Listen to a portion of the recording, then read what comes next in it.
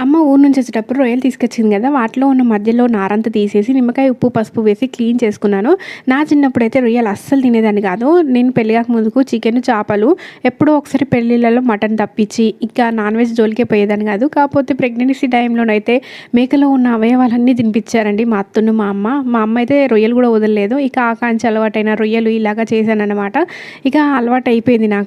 ఇక రొయ్యల ఫ్రై ఎలా చేసుకున్నానంటే రొయ్యల్లో పసుపు, ఉప్పు, కారం వేసి ఆవిరంతా పోయేంత వరకు వాటర్ అంతా ఇంకే వరకు గిన్నెలో వేసి వేడి చేసుకోవాలి. ఇక కడాయిలో ఆయిల్ వేసి జీలకర్ర, కరివేపాకు, పచ్చిమిర్చి, ఉల్లిపాయ ముక్కలు ఫ్రై అయ్యాక వెల్లుల్లి పేస్ట్ మాత్రమే వేసుకొని పసుపు వేసి రొయ్యలు వేసుకొని కారం, ఉప్పు, ధనియాల పొడి లాస్ట్‌లో హోల్ గరం మసాలా మెత్తగా నూరుకున్నది వేసి కొత్తిమీర వేస్తే అంతే సింపుల్‌గా ఈజీగా అయిపోయింది. టేస్ట్ మాత్రం బాగుంది. ఎప్పుడు రొయ్యలు తెచ్చినా పులుసు పెట్టినా కాకపోతే ఈసారి మాత్రం ఫ్రై మాత్రం అదిరిపోయింది. మా వాళ్ళు ఒక పూటకే ఖతం చేసినారు.